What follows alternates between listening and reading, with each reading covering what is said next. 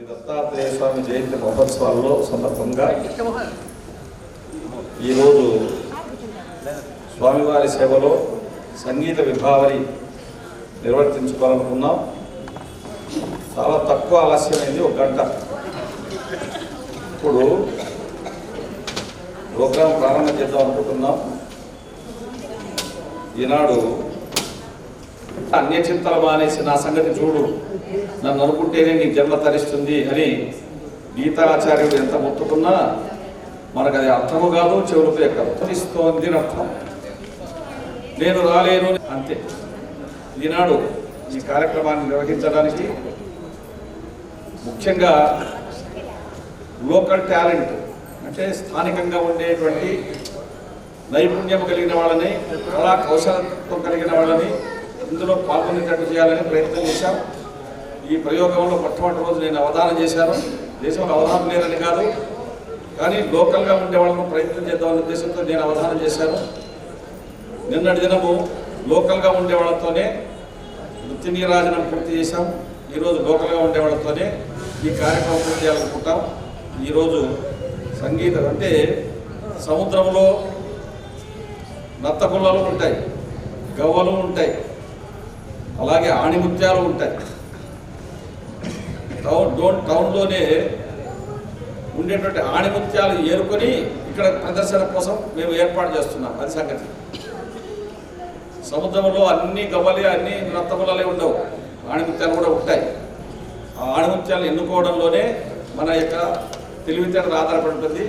అలాగా ఈనాడు స్వామివారి సేవలో పాల్గొనమని మొట్టమొదటి వారికి ఉన్నటువంటి భగవంతుడు ఇచ్చిన ఆ కమ్మని కంఠాన్ని స్వామివారి సేవలో వినియోగించి పాటలు పాడాలని కోరుతూ వేదిక మీదకి ఏ అనురాధ భాగవతారాయణ గారిని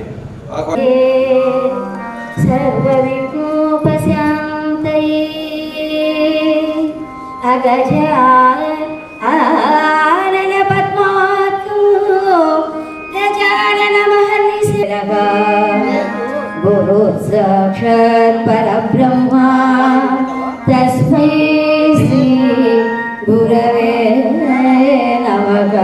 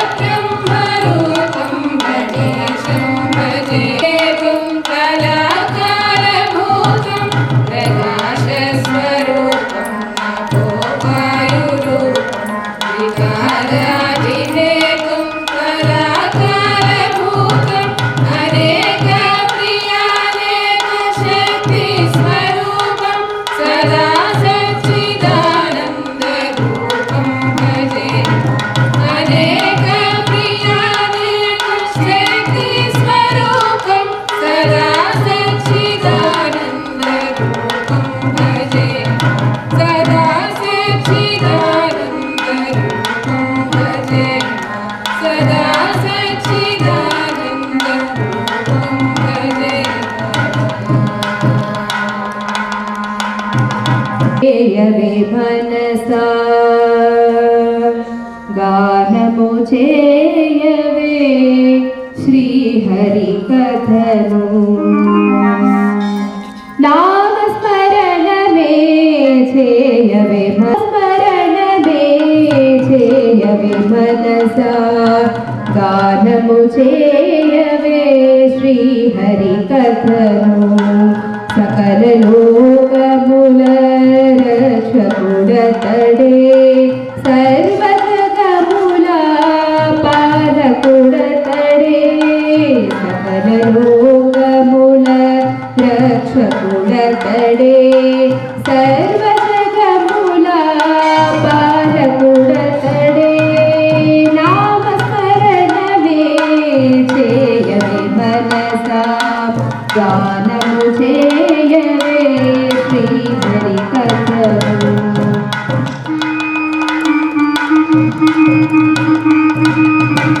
ఎచ్చట శ్రీహరి చల్లగా చూచును అచ్చట కల్గును భోగ భాగ్యములు అచ్చట కల్గును భోగ భాగ్యములు కృపా సింధువా తిరుమలేశుడు కృపా సింధువా తిరుమలేశుడు గానము చేయవే శ్రీహరి కథనే శ్రీహరి కథనే నామస్మరణమే చేయవే మనసా గానము ఛాయని పిలిచిన చాలును పలికెటి దైవము ఆ గోవిందుడు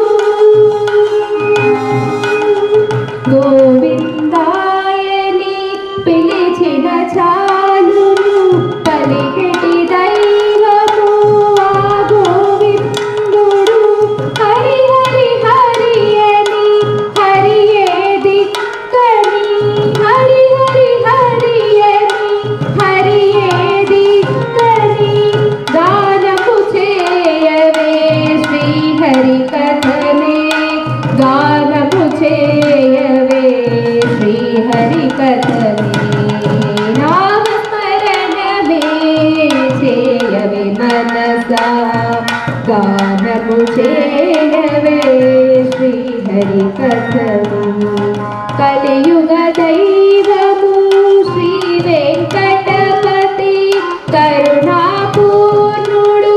కమలేక్షణుడు కలియుగ దైవము శ్రీ వెంకటపతి కరుణాపూర్ణుడు కమలేక్షణుడు హరియే ఆది హరియే అనాది దాత మనసా హరియే జీవనదాత చేయవే మనసా గానము చేయవే శ్రీ స్మరణమే చేయవే మనసా గానము చేయవే శ్రీహరి కథనే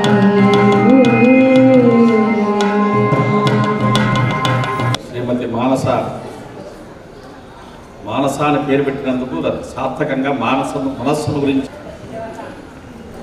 బంధమైన విముక్తి అయిన మనయేవ మనుష్యాణం కారణం బంధమోక్షయో అన్నాడు.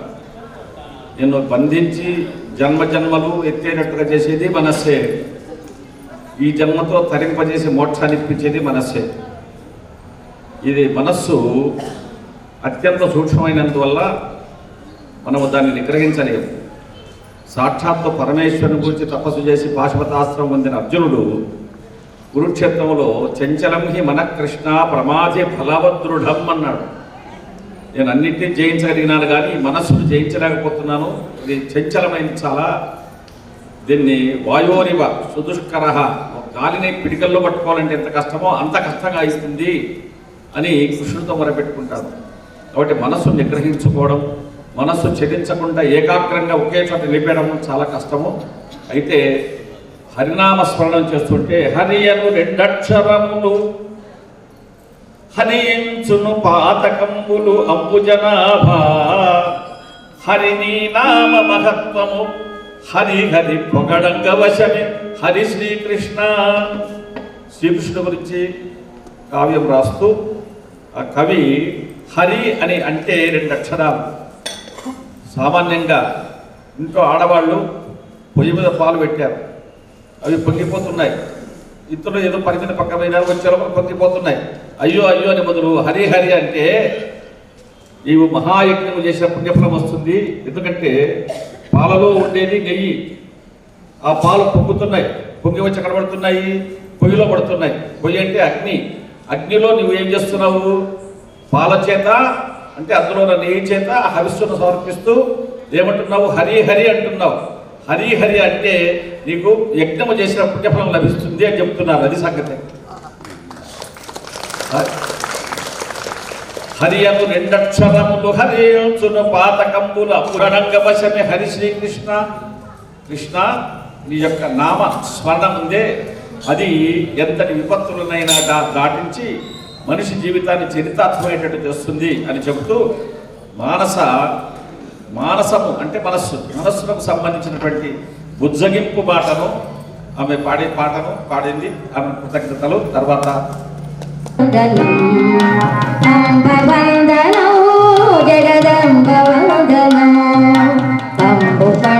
రాణి కళ్యాణి వందనం.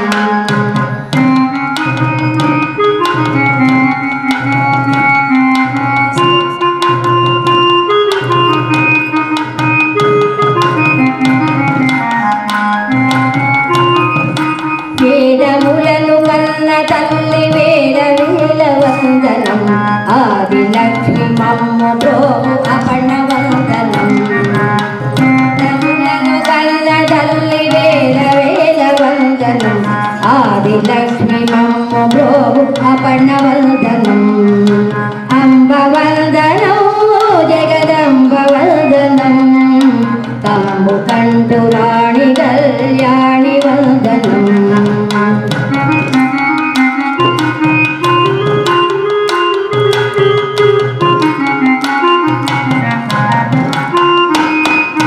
పారిజాతములను మించు పాదములకు వందనం. పాలలోచనుని రాణి పార్వతి వందనం. పారిజాతములను మించు పాదములకు వందనం. పాలలోచనుని రాణి పార్వతి వందనం. అంబ వందనం జగదంబ వందనం.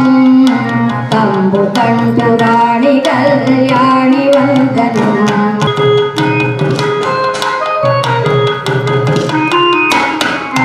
కుండలముల చేత మెరై కన్నములకు వందనం.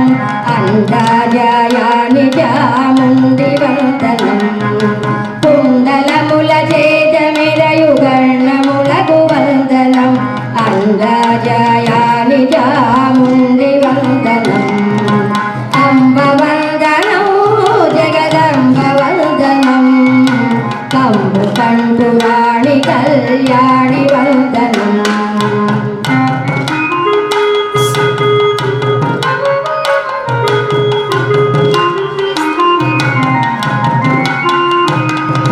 కంకణముల చేత మెరయు కరములకు వందనం. కాలకంఠు రాణి కామాక్షి వందనం. కంకణముల చేత మెరయు కరములకు వందనం. కాలకంఠు రాణి కామాక్షి వందనం. అంబ వందనం జగదంబ వందనం. కంబు కంఠు రాణి కళ్యాణి వందనం.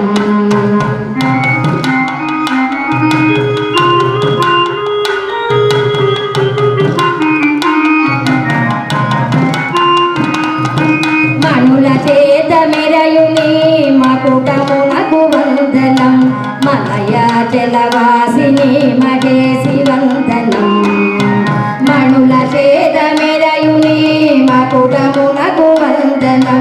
మలయాచలవాసిని మగేసి వందనం. అంబ వందనం జగదంబ వందనం. కంబు కంఠు రాణి కళ్యాణి వందనం.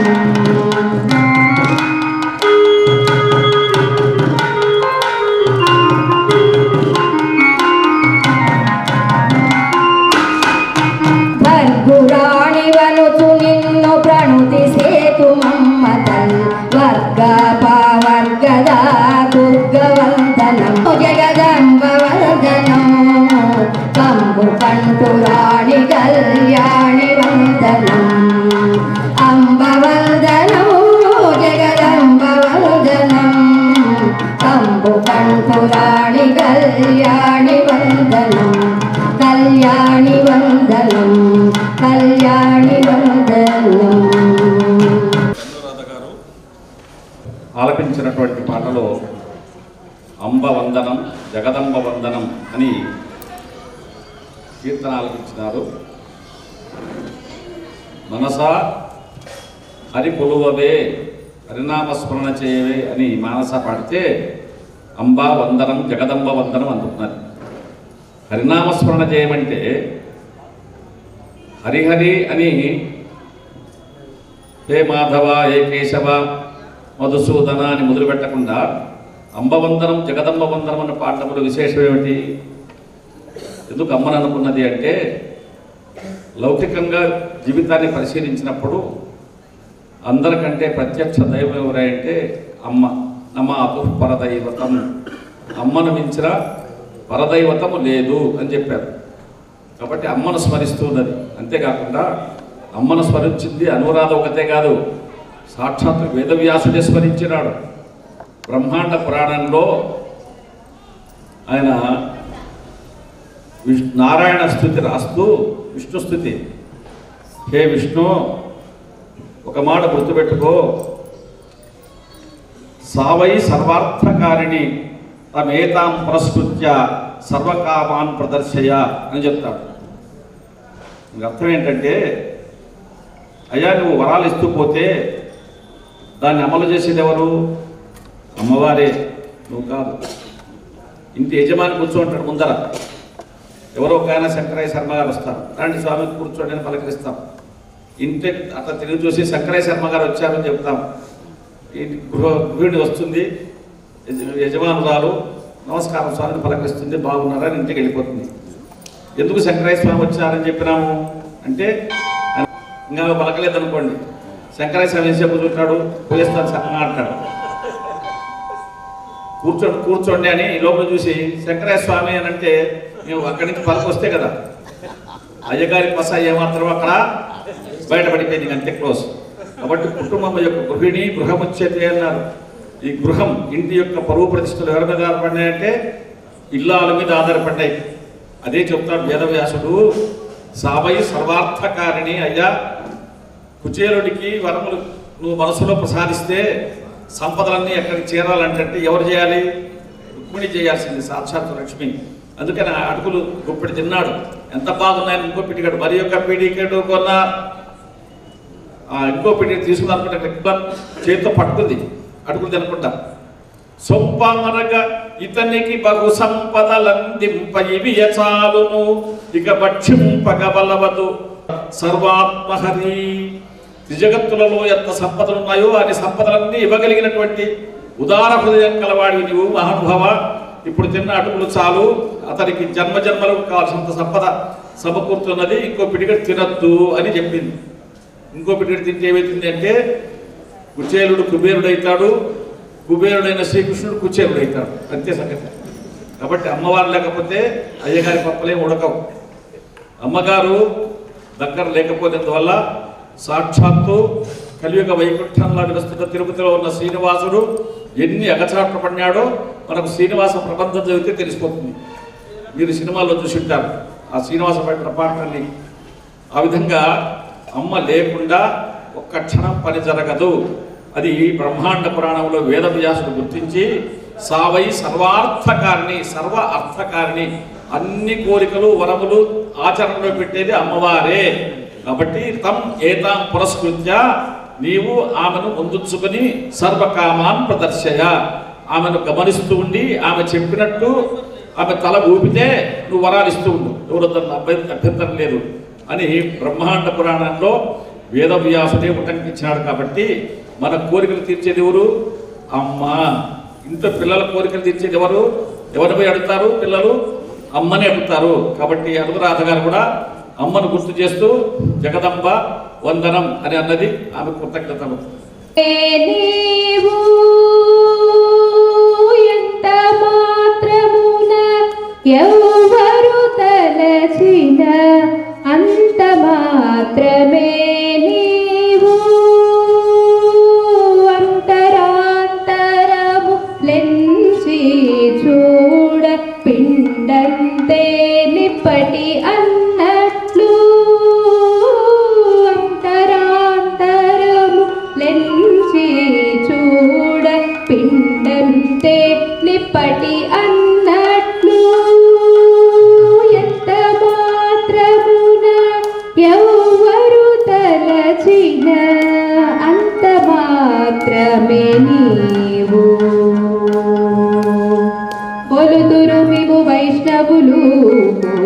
ఊరిమితో విష్ణుడని పలుకుదురు మేము వేదాంతులు పరబ్రహ్మం బలుచు కొలుతురు మేము వైష్ణవులు ఊరిమితో విష్ణుడని పలుకుదురు మేము వేదాంతులు పరబ్రహ్మం బలుచు తలతురు మేము శైవులు తగిన భక్తులు శివుడనుచు తలతురు మేము శైవులు తగిన భక్తులు శివుడనుచు అలరి పొగడుదురు కాపాలికులు ఆది భైరవుడనుచు అలరి పొగడుదురమున ఎవరు తలచిన అంత మాత్రమే నీవు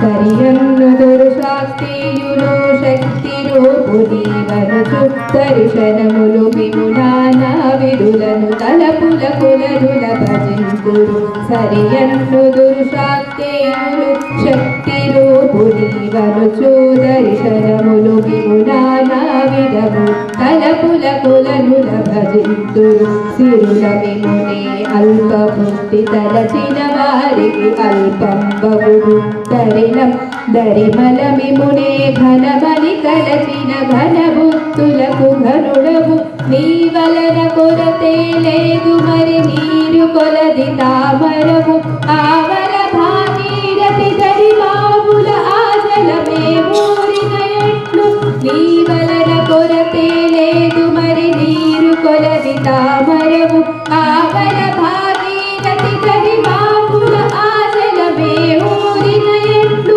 శ్రీ వెంకటపతి నీవైతే మము చేకొనియున్న దైవము శ్రీ వెంకటపతి నీవైతే మము చేకొనియున్న దైవముని ఈవలనే నీ శరణని ఎనదను ఇదియే పరతత్వము నాకు ఇదియే పరతత్వము నాకు ఇదియే పరతత్వము నాకు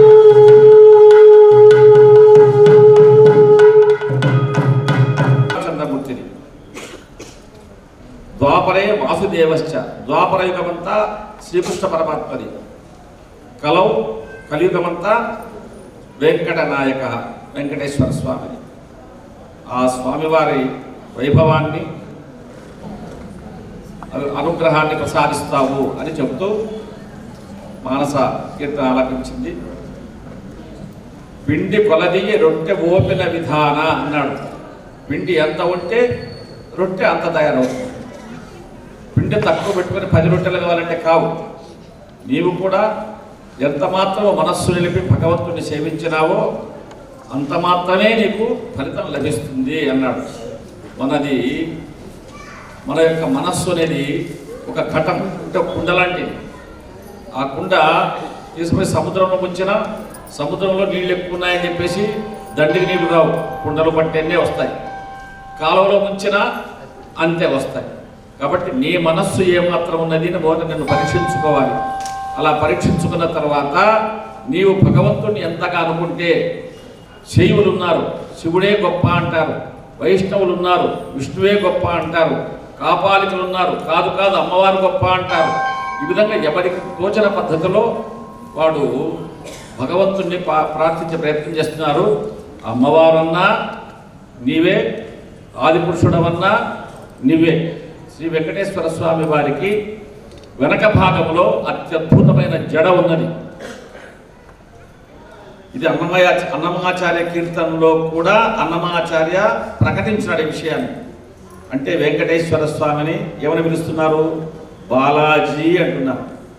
జీ అనేది హిందీ పదము, గారు అని అర్థం. బాలగారు, బాల అంటే బాలా త్రిపుర సుందరి అని అర్థం. అంటే వెంకటేశ్వర స్వామిలో సగ భాగం ఏముంది అంటే బాలా త్రిపుర సుందరి శక్తి దాగి ఉన్నది, అంతర్గతంగా ఉన్నది అని అర్థం. కాబట్టి ఆ వెంకటపతిని స్మరించేటప్పుడు నువ్వు శివుడన్నా వెంకట ఈశ్వరుడు అని, వెంకటేశ్వరుడు ఈశ్వరుడు వచ్చింది అందులో. అలాగే తిరుమల రాయడు అని శ్రీనివాసుడు, శ్రీ మహాలక్ష్మికి నివాసమైన వాడు శ్రీనివాసుడు విష్ణువు. విష్ణువన్న ఆయనే, శివుడన్న ఆయనే, బాలా త్రిపుర సుందరి అన్న ఆయనే. ఏ పేరుతో పిలిచినా అంతా ఒకటేనైనా, నువ్వు భ్రమపడవద్దు. గీర్దేవతేతి గరుడధ్వజ సుందరీతి శాకంభరీతి శశిశేఖర వల్లభేతి సృష్టి స్థితి ప్రళయ కేలుషు సంస్థితాయ తస్యై నమస్త్రిభువనైక పురస్తరుణ్యై. ఆదిశమ్మ సరస్వతి అన్నా నువ్వే, పార్వతి అన్నా నువ్వే, మహాకాళి అన్నా నువ్వే, మహాలక్ష్మి అన్నా నువ్వే, అంతా ఒక్కటే తల్లి, నీకు నమస్కారం అమ్మా. త్రిభువన 3 లోక పక్షపాత బుద్ధితో అంటే నాకు శివుడే గొప్పని, విష్ణువే గొప్పని, అమ్మవారే గొప్పని అట్లాంటి పక్షపాత బుద్ధి లేకుండా ఏకాకృతి లోకంబులు లోకేశులు లోకస్థులు తెగునది అలోకంబకు పెంచీకటి కవ్వల ఎవ్వండి ఏకాకృతి వెలుగు. ఏకాకృతి ఒక్కటే దివే, ఒకటే తేజస్సు. ఆ తేజస్సు యొక్క స్వరూపమే సాక్షాత్తు తిరుమల మీద వెలసిన వెంకటపతి అని మానస తన యొక్క గీతికలో అత్యద్భుతంగా ఆలపించింది. ఆమె కృతజ్ఞతలు.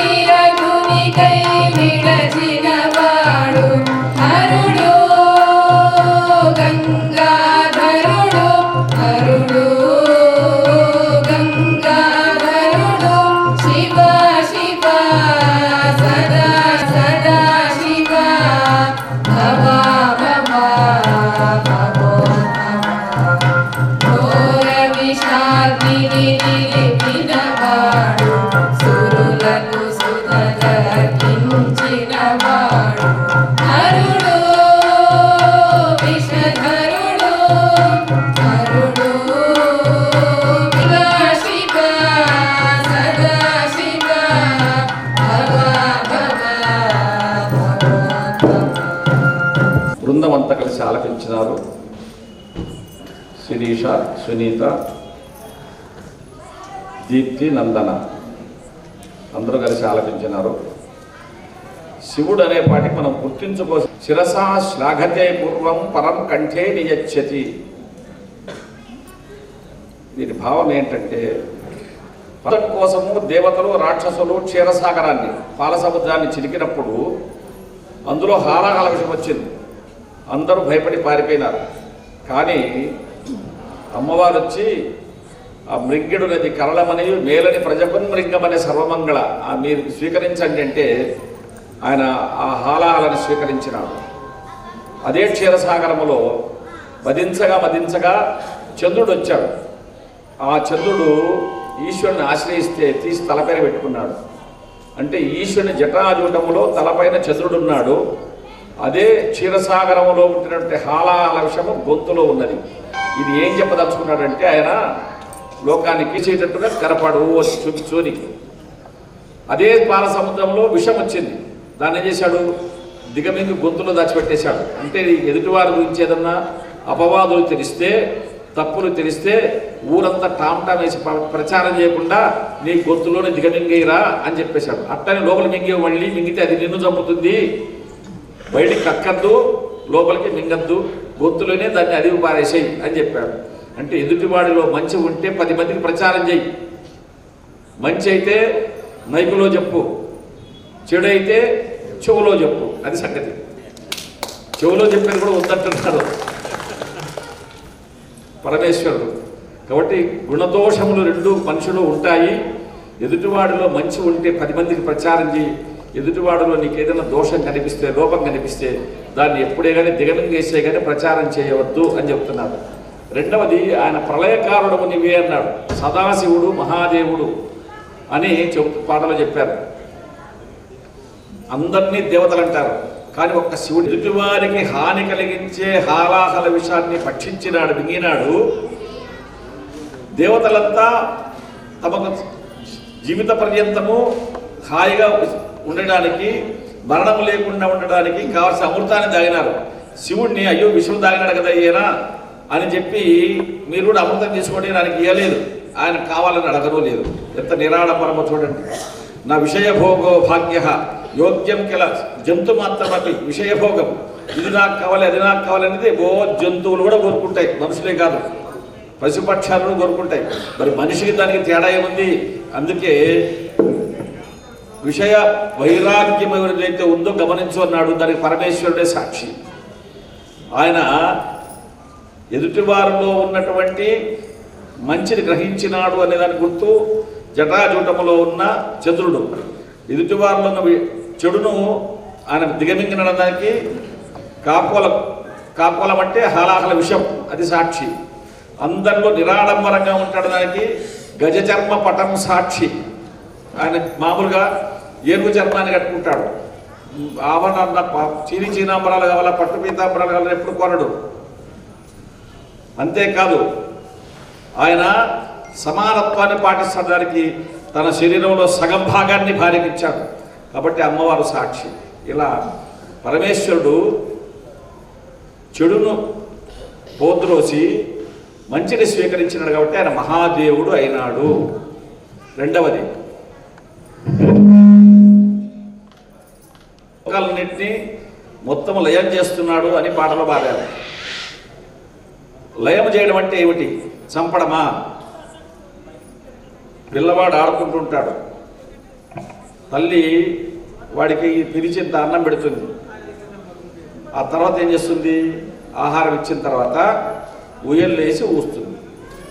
ఎందుకంటే ఆడుకొని అలసిపోయినాడు వీడు, కషారాల్లో మునిగి తేలుతూ అలసిపోయినప్పుడు నువ్వు కాసేపు విశ్రాంతి తీసుకోరా అని ఆ జీవాత్మకు విశ్రాంతి ప్రసాదిస్తాడు. ఎన్నాళ్ళట అంటే పిల్లవాడు నిద్రపోతున్నాడు అనుకో, రాత్రి మళ్ళీ నిద్రపట్టదు, లేయని లేపుతుంది. అట్లాగే పరమేశ్వరుడు కూడా మళ్ళీ లేపి ఈ జీవాత్మను మళ్ళీ జన్మను ప్రసాదిస్తాడు కావాలంటే. లేదంటే ఆయన దగ్గరే శివాయిత్యం చేసుకుంటాడు. ఆ విధంగా తల్లి ఏ విధంగా పిల్లవాడిని నిద్రపుచ్చి వాడు నిద్రపోతూ ఉంటే మళ్ళీ తానే ఎలా లేపుతుందో, అలాగా ఈ జీవాత్మలు అలసిపోయినప్పుడు విశ్రాంతి కల్పించే మహానుభావుడు శివుడు. అందుకే నేను సదాశివుడు అంటే సదా ఎల్లప్పుడూ, శివం అంటే మంగళం, శుభాన్ని చేసేవాడు, సదాశివుడిని పేరు. ఆ విషయాన్ని స్వామివారు తమ కీర్తనలో వినిపించారు. ఆలపించినటువంటి వాళ్ళకు కృతజ్ఞతలు.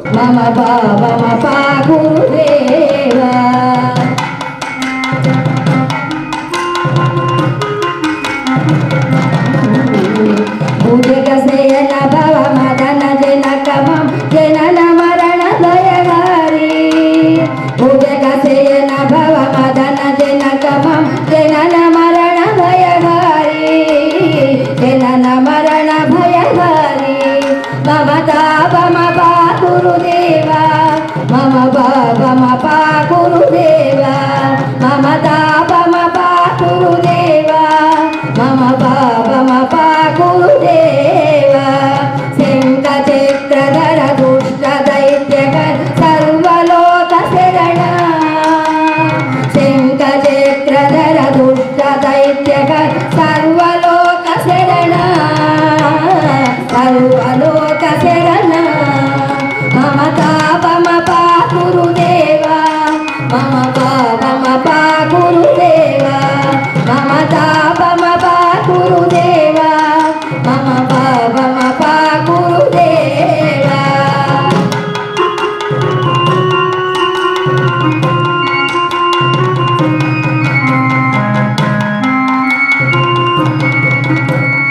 ಅಗಣಿತ ಗುಣಗಣ ಶರಣ ಶರಣದ ವಿದಳಿತ ಸುರರಿ ಭುಜಾಲ ಅಗಣಿತ ಗುಣಗಣ ಶರಣ ಶರಣದ ವಿದಳಿತ ಸುರರಿ ಭುಜಾಲ ವಿದಳಿತ ಸುರರಿ ಭುಜಾಲ ಮಮತಾ ಮಮ ಪಾ ಗುರುದೇವ ಮಮ ಬಾಬ ಮಪ ಗುರುದೇವ ಮಮತಾ ಮಮ ಪಾ ಗುರುದೇವ ಮಮ ಬಾಬ ಮಪ ಗುರುದೇವ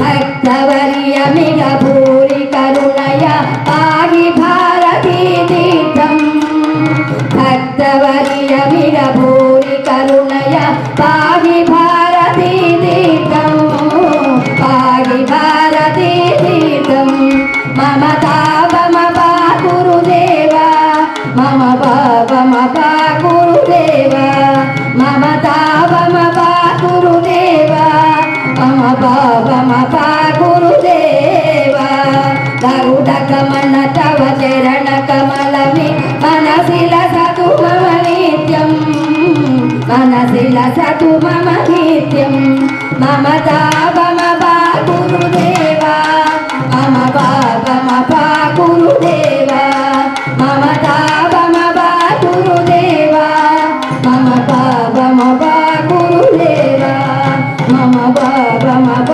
ಗುರುದೇವ.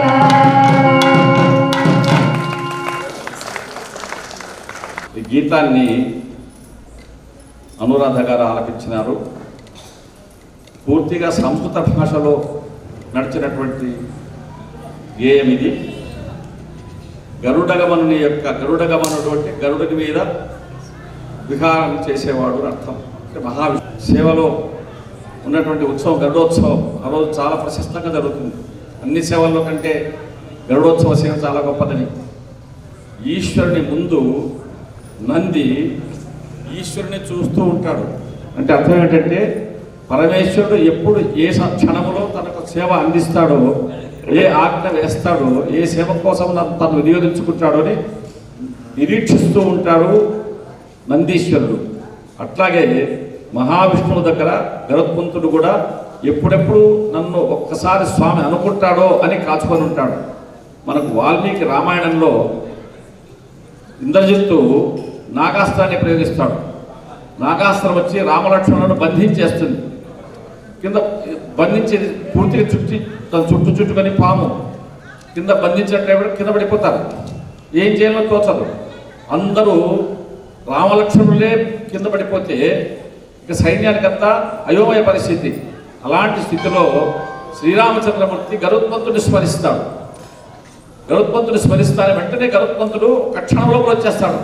ఎప్పుడైతే గరుత్మంతుని రెక్కల చప్పుడు వినపడిందో అనతత పక్షమారుతనయ ప్రవికంపిత ఘూర్ణితాచలౌ ప్రాతవహన్నవు. గరుత్మంతుడు ఒక్కసారి రెక్క అంటే చాలు మొత్తం కొండ గుహలన్నీ ప్రతిశబ్దంతో మారుమోగుతాయంటే. అలాంటి రెక్కలు ఊరుకుంటూ ఒకసారి గరుత్మంతుడు వచ్చేపాటికి పాములు ఎక్కడొక్కడ దిగి నాగాస్త్రం విడి పరిగెత్తి వెళ్ళిపోయినాయి. రామలక్ష్మణుడు లేచి స్వామి నాకు ఏమిస్తాడని ఆశించలేదు. స్వామికి నేను ఏ సేవ చేయగలుగుతానని చూశాడు. అందుకే కంచి గరుడ సేవ అనే పేరు వచ్చింది. కంచిలో గరుడు ఉన్నాడు వరదరాజస్వామి దగ్గర. ఆయన సేవలో అందరూ డబ్బులు తీసుకుంటారు. అక్కడ స్వామి సేవ చేసేవాడు. ఒక్క గరుడు మాత్రమే ఏమీ ఆశించాడు. అంటే భగవంతుడి సేవ చేస్తే నువ్వు ఏమీ ఆశించద్దు. మరి నాకెట్లా నీకు ఎట్లా జరగాలని ఆయన తెలుసు. ఆయన చూస్తాడు, చేయవలసింది చేస్తాడు. అది సంగతి. అది గరుడ సేవలో ఉన్నటువంటి రహస్యం. ఆ గరుడ గమనుడిని సేవించినట్టయితే మన జన్మ తరిస్తుంది అని. పాపము వలన తాపము కలుగుతుంది. మమ పాపం అపాకురుదేవ మమ తాపం అపాకురుదేవ అని 2 అంశాలు రాశాడు ఆయన. పాపము తాపము అని అని ఒకే రకంగా ఉన్న పదాలని కాదు, విశేషము. పాపమున్నవాడికి, పాపము చేసిన వాడికి మాత్రమే తాపము కలుగుతుంది, మనస్తాపము కలుగుతుంది. పుణ్యం చేసిన వాడికి మన సంతోషం కలుగుతుంది. దేవ నేను చేసిన పాపాన్ని తుడిచేసి అపాకురంటే తుడిచేయర్థం, తీసి పారే స్వామి. ఎందుకంటే మమ తాపమపాకులు దేవ, నేను మనస్తాపాన్ని చెంది ఉన్నాను, మనస్సు కల్లోలంగా ఉన్నది, బాధపడుతున్నది, నేను ఈ ఆందోళనకు తట్టుకొనలేను, నన్ను క్షమించి ఆ పాపాన్ని తొలగించు, నా తాపాన్ని పూర్తిగా తొలగించేసే స్వామిని అనేటువంటి భావాన్ని ఆయన వ్యక్తీకరిస్తూ అత్యద్భుతమైన కీర్తన రచించారు. దాన్ని అనురాధ గారు ఆలపించినారు. వారి కృతజ్ఞతలు.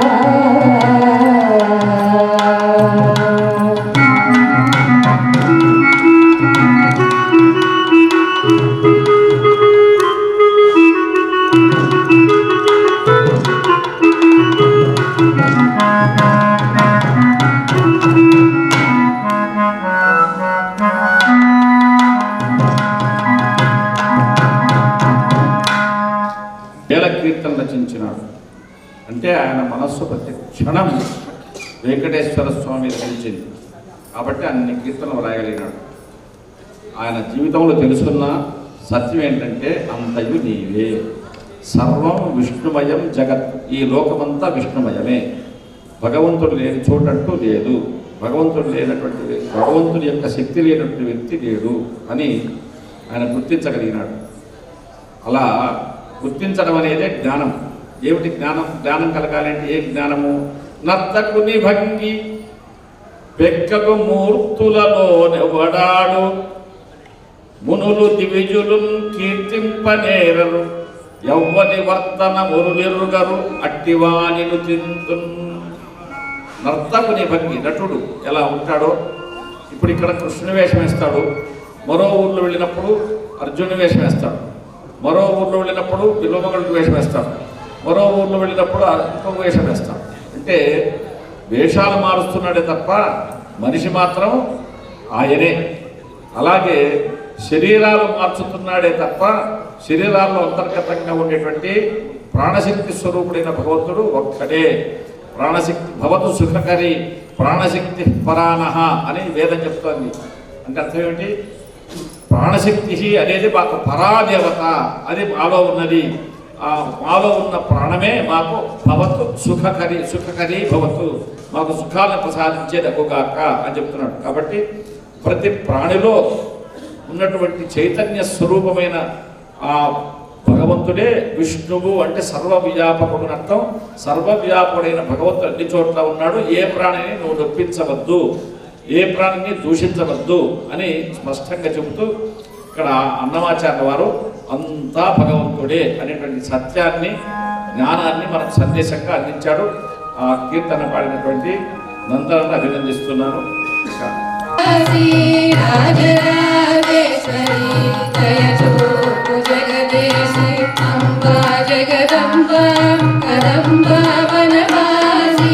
లక్ష్మీ జయ లక్ష్మీ వరలక్ష్మీ రక్షించు దుర్గే కనక దుర్గే దుర్గా నిరాటించు లక్ష్మీ జయ లక్ష్మీ వరలక్ష్మీ రక్షించు దుర్గే కనక దుర్గే దుర్గా నిరాటించు రాజరాజేశ్వరి దయచూపు జగదేశి అంబా జగదంబ కదంబా వనవాసి రాజరాజేశ్వరి దయచూపు జగదేశి అంబా జగదంబ కదంబా వనవాసి కామాక్షి కరుణాక్షి కరుణించు నీయక్షి వాణి శర్వాణి కరుణించు జ్ఞానభిక్ష కామాక్షి కరుణాక్షి కరుణించు నీయక్షి వాణి శర్వాణి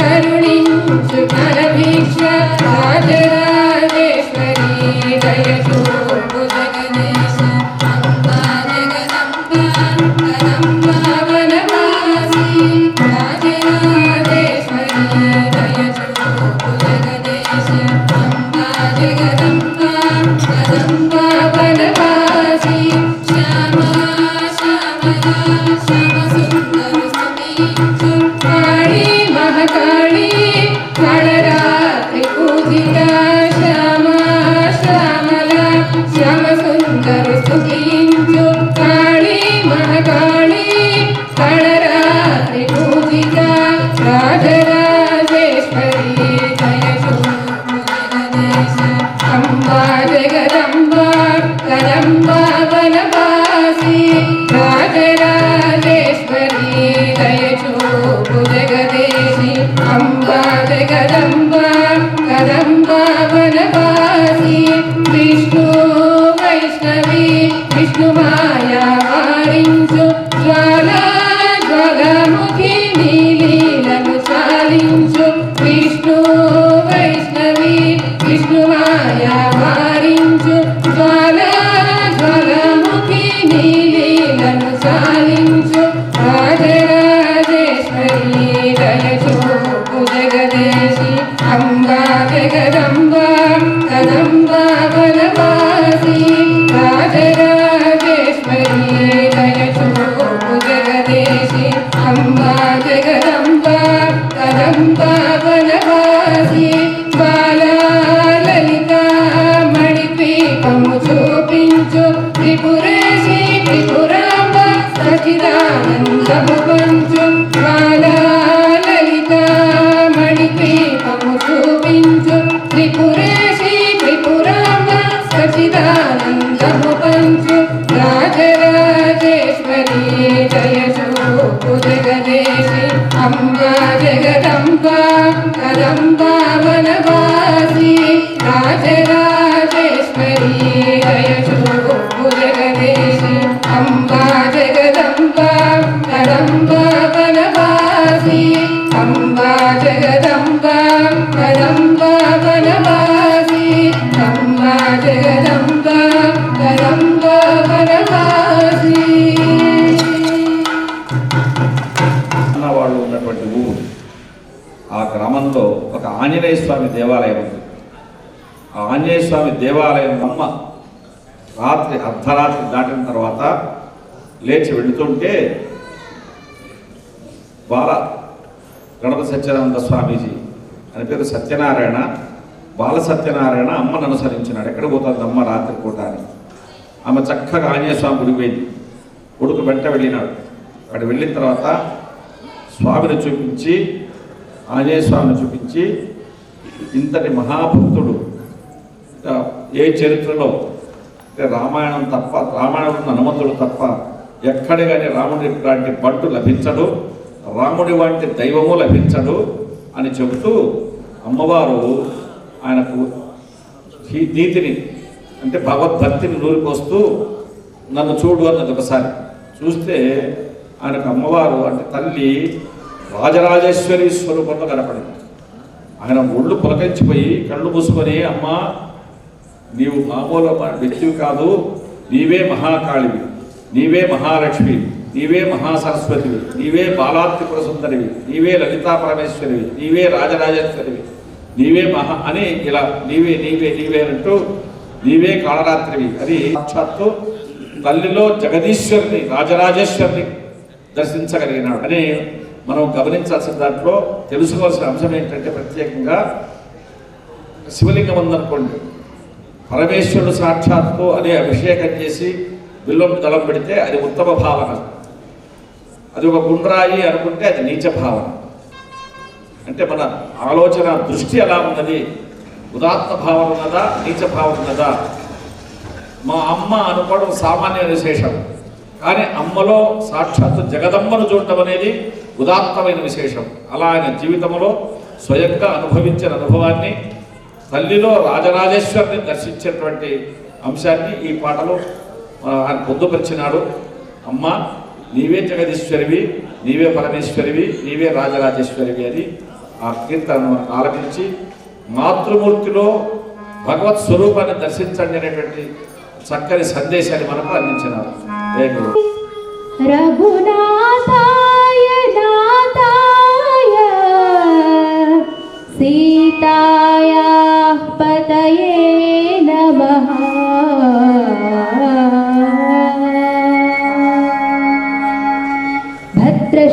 భద్రశైలరాజమందిరా శ్రీరామచంద్ర బాహు మధ్య విలసితేంద్రియా. భద్రశైలరాజమందిరా శ్రీరామచంద్ర బాహు మధ్య విలసితేంద్రియా.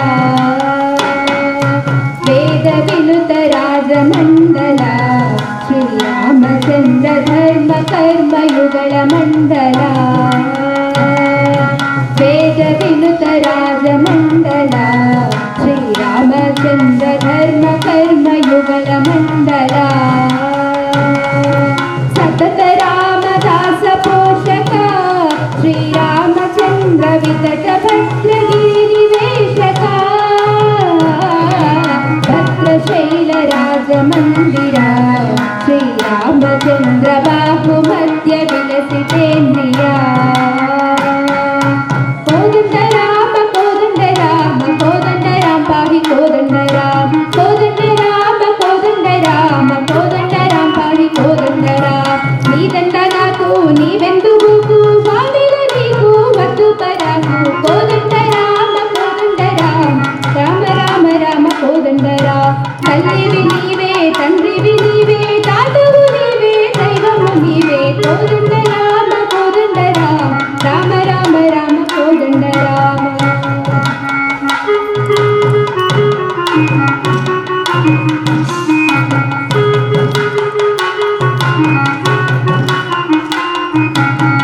దశరథ రామ గోవింద మము దయ చూడు పాహి ముకుంద. దశరథ రామ గోవింద మము దయ చూడు పాహి ముకుంద. దశరథ రామ గోవింద.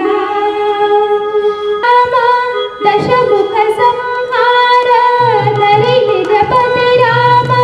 శశిధర పూజిత శంఖ చక్రధర. దశరథ రామ గోవింద.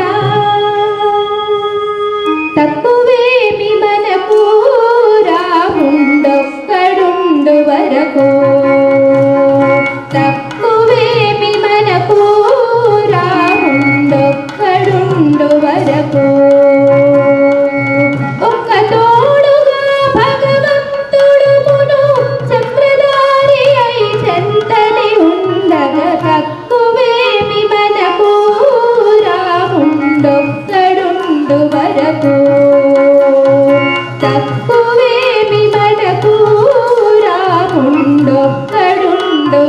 को जय जय राम जगदपि राम जानकी राम जय जय राम जगदपि राम जानकी राम जय जय राम जगदपि राम जानकी राम जय जय राम जगदपि राम जानकी राम पाहि राम प्रभो पाहि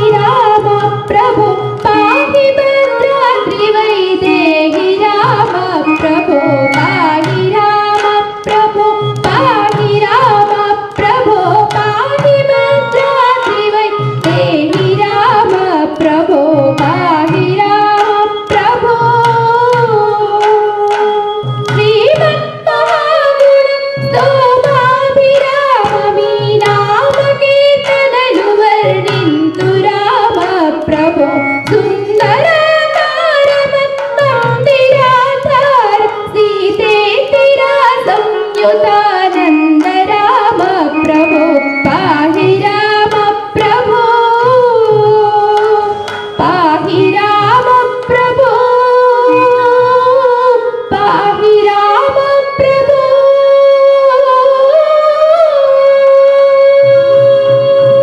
రామభద్రాయ రామచంద్రాయ వేధసే రఘునాథాయ నాథాయ సీతాయ పతయే నమః అని మొట్టమొదట శ్లోకాన్ని కూడా వినిపించారు. వేధసే పరబ్రహ్మ స్వరూపమని, రఘునాథ రాముడే, నాథాయ రాముడే. ఇన్నిసార్లు ఇన్ని పేర్లు ఎందుకు కోడీకరించినాడు కవి అని గమనించినట్లయితే జాగ్రత్తగా రామాయ రామ అని పిలిచే అధికారం ఎవరికి ఉన్నది అంటే అంతఃపురములో దశరథునికి, కౌసల్యకు, సుమిత్రకు, కైకకు వీళ్ళకి మాత్రమే రామ అని పేరు పెట్టి పిలిచే అధికారం ఉన్నది. తక్కిన వాళ్ళు ఎవరు పిలిచలేదు. రామాయ అంటే అమ్మ నాన్నల చేత రామ అని పిలుచుకున్నబడినటువంటి వ్యక్తి. రామభద్రాయ ఆ దేశంలో దశరథుని దగ్గర ఉన్నటువంటి మంత్రులు వీళ్ళు ఉన్నారు. ఆ రామచంద్రుని చూచి ఇతని వలన లోకములకు భద్రం అంటే కళ్యాణం, మంగళం, శుభం అని, ఇతని వలన లోకానికి మేలు కలుగుతుందని వాళ్ళంతా మంత్రులంతా రామభద్ర అని పిలిచేవాళ్ళు. రామచంద్రాయ అన్నాడు. రామచంద్రుడు ఆ దేశంలో ఉన్నటువంటి అయోధ్య నగరం ఉన్న ప్రజలంతా చంద్రుడు ఎలా ప్రకాశిస్తే ఎలా ఆనందం కలుగుతుందో అలా రామచంద్రుడు విహరిస్తూ ఉంటే అంత ఆనందం కలుగుతుందని ప్రజలంతా రామచంద్ర అని పిలిచేవాళ్ళు. రామాయ రామభద్రాయ రామచంద్రాయ వేధసే. అక్కడ ఉన్నటువంటి వశిష్ఠాది మహర్షులు ఉన్నారే, వాళ్ళు ఈయన సామాన్యమైనటువంటి క్షత్రియ వంశానికి చెందిన రాజు కాదు, ఈయన సాక్షాత్తు పరబ్రహ్మమే ఈ రూపంలో వచ్చి ఉన్నాడు అని వాళ్ళకి తెలుసు. వాళ్ళు పరబ్రహ్మ అని పిలిచేవాడు. వేధసే రామాయ రామభద్రాయ రామచంద్రాయ వేధసే రఘునాథాయ. సామంతరాజులు ఉన్నారు, రఘునాథ అని పిలిచేవాడు. నాథ అంటే భర్త, అధిపతి. రఘునాథ అని సామంతరాజులంతా రఘునాథ అని పిలిచేవాడు. నాథాయ నాథ నాథ అని ఎవరంటారు? మొగుడు అని. ఒక్క సీతకు మాత్రమే హక్కు, అంతే. నాథాయ అంటే సీతాని పిలిచినప్పుడల్లా నాథ అని పిలిచేదట. అది రఘునాథాయ నాథాయ సీతాయ పతయే నమః. సీతాపతి అని ఎవరంటారు? ఎప్పుడైనా రామచంద్రమూర్తి సీతాదేవిని పిలుచుకొని కోసలపురానికి వెళ్ళినప్పుడు అక్కడ కోసలపురంలో మైథిలి అంటే మిథిలా నగరంలో ఉండేటువంటి ప్రజలందరూ కూడా రామచంద్రుని చూసి ఎవరు ఈయన అని అంటే రాముని చూడని వాళ్ళు, సీతా కళ్యాణ సమయంలో రాముని చూడని వాళ్ళు ఎవరైనా ఎవరు ఈయనంటే మన సీతమ్మ మొగుడే అని అనేవాళ్ళట. అందుకని సీతాయాపతయే నమః అన్నారు. ఈ విధంగా రామాయ రాముణ్ణి ఎంత ప్రేమగా ఎవరెవరు ఎలా పిలుచుకున్నారు, దశరథుడు, సుమిత్ర, కైక, కౌసల్య వీళ్ళు ఎలా పిలుచుకున్నారు, అక్కడ ఉన్నటువంటి మంత్రులు ఎలా పిలుచుకున్నారు, రామభద్రాయ ప్రజలు ఎలా పిలుచుకున్నారు, రామచంద్రాయ వశిష్ఠాది మహర్షులు ఎలా పిలుచుకున్నారు, వేధసే రఘునాథ అనే సామంతులు, నాథ అని సీత. అక్కడ ఉండేటువంటి మిథిలా నగరంలో ఉన్న ప్రజలంతా మన సీతమ్మ మొగుడే సీతాపతి అని పిలిచినారు అని అత్యద్భుతమైన సారాంశాన్ని అందించేటువంటి శ్లోకాన్ని మొట్టమొదట ఆ అమ్మాయి పాడి వినిపించింది. అంతేకాకుండా ఒక్కడు రాముడు లెక్క మనకు రాముడు ఒక్కడుండు వరకు తక్కువేలు మనకు రాముడు ఒక్కడుండు వరకు అని చివరికి చెరసాలలో వారేస్తే, తానే తీసుకుని చెరసాలలో వారేస్తే అక్కడ కూడా అంటే నిజంగా ఎప్పుడు బంగారు సంగతి బయటపడుతుంది అంటే నిప్పుల్లో కాకినప్పుడే బయటపడుతుంది. నీకు భక్తి ఉన్నదా లేదా, భగవంతుని పట్ల భక్తి ప్రపత్తి రెండు ఉన్నాయా లేదా అనేది ఎప్పుడు బయటపడుతుందంటే నీకు కష్టాలు వచ్చినప్పుడు ఆయన అనుకుంటావా లేదా అని. అది కూడా అనుకోకపోతే అంత కష్టం వచ్చినా తక్కువేమి మనకు రాముడు ఒక్క నుండి వరకుని పక్క నుండి వరకుని ఆయన పాడుతున్నాడు. అంటే భగవంతుని మీద ప్రగాఢమైన విశ్వాసాన్ని కలిగి ఉండాలి అని ఆయన తెలియజేస్తున్నాడు. ఆ విధంగా రామదాసు తన జీవితంలో శ్రీరామచంద్రుని పట్ల అచంచలమైన భక్తి ప్రవర్తన కలిగి ఉండి జీవితాన్ని తరింపజేసుకున్న ఈ సంగీత కచేరీని మరీ హృదయపూర్వక ధన్యవాదాలు తెలియజేసుకుంటున్నాము. మాకు ఈ అవకాశం కల్పించినందుకు. చంద్రుడి కోణంలో పోగులాగా ఇక్కడ మేము ఇవి ఏదో మాకు తెలిసి తెలియక ఏదన్నా పాడితే కూడా సారే అన్నింటినీ మన్నించి మాకు వారి ఆశీస్సులు అందజేయాలని కోరుకుంటున్నాను.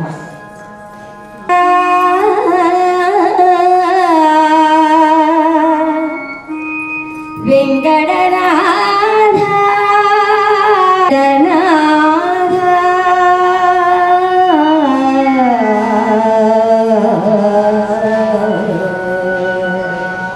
సరిగా రిగప గపద పదస సరిగా రిగప గపద పదస గరి దదవరి దద గదద భగతి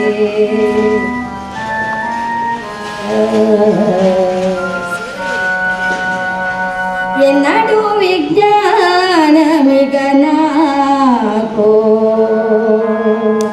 ఎన్నడు విజ్ఞానమిగ నాకు విన్నవమిదే శ్రీ వెంకటనాథ ఎన్నడు విజ్ఞానమిగ నాకు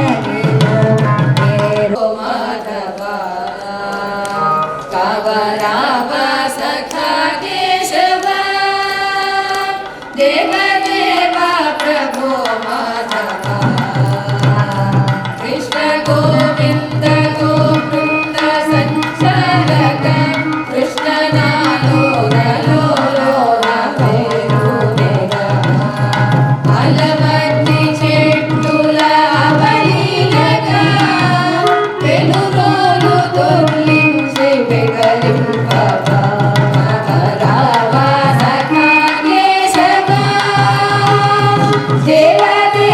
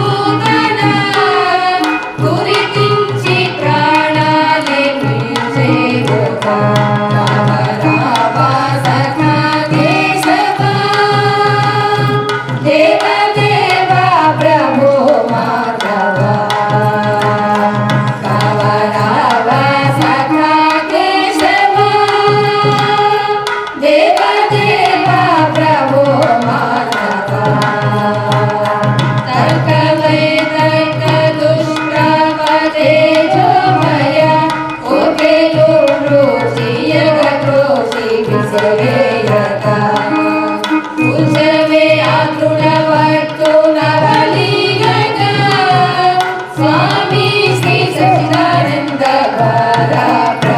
కేశవ దేవదేవ ప్రభో మాధవ దేవదేవ ప్రభో మాధవ దేవదేవ ప్రభో మాధవ. అవధారయాలలో చెప్పేటువంటి పద్ధతిలో స్వామివారికి ఈ సంగీతాన్ని వినిపించినారు. వినిపిస్తున్నాను. హరి అనే ప్రారంభంతో మొదలైన గాన కచేరి మాధవ అని మళ్ళీ మహావిష్ణువు దగ్గరికి వచ్చాయంటే ప్రపంచమంతా గుండ్రంగా ఉన్నది. హరితో మొదలు పెట్టాం, మళ్ళీ ఎక్కడికి వచ్చామో తిరిగి మళ్ళీ హరి దగ్గరికి వచ్చాం. అది సంగతి. అంటే మనం ఎక్కడికి తిరిగినా హరి దగ్గరికి రావాల్సింది తప్పదు. దైవధ్యానమునం కటించుతను దైవధ్యానమునం వేయించు ఘడియల్ ధన్యములు. నేను స్వామివారిగా మాట్లాడేటప్పుడు ఈ పద్యం చెప్పాను. దైవధ్యానముతో ఏ ఘడియలైతే నీవు లెక్క పెట్టుకుంటావో ఖర్చు పెడతావో దైవధ్యానమునం వేయించు ఘడియల్ ధన్యములు. ఏకైక భార్తవ గోవింద ఏ పెదం చెప్పినా ఆ భగవన్ నామస్మరణ చేసినటువంటి ఆ క్షణం మాత్రం తప్పనిసరిగా నీకు భాగ్యాన్ని అదృష్టాన్ని అందజేస్తుంది. తరకలన్యముల్ తక్కిన లౌకిక వ్యవహారాలు చూస్తుంటమే ఇదంతా తరక అంటేనే తాలు అంటారు. వడ్ల గింజలో బియ్యం గింజ లేకపోతే దాన్ని తాలు అంటారు. తూర్పు ఎత్తితే కాలిపడబోతుంది. దాంతో సమానం. కాబట్టి భగవంతుడు ఇచ్చిన ఆయుస్సులో భగవత్ సంకీర్తనము చేసి భగవత్ నామస్మరణ చేసి మనం భవబంధముల నుండి బయటపడే ప్రయత్నం చేయాలని ఈ సంగీత కైంకర్య సేవ స్వామివారికి సమర్పిస్తూ కాలాతీతం కాకుండా సకాలంలో ఈ సభను ఇంతతో ముగిస్తున్నాం. కార్యకర్తలు ఈ ఇంతసేపు స్వామివారికి సంగీత సేవ సమర్పించిన వారిని సత్కరించాలని నేను కోరుతున్నాను.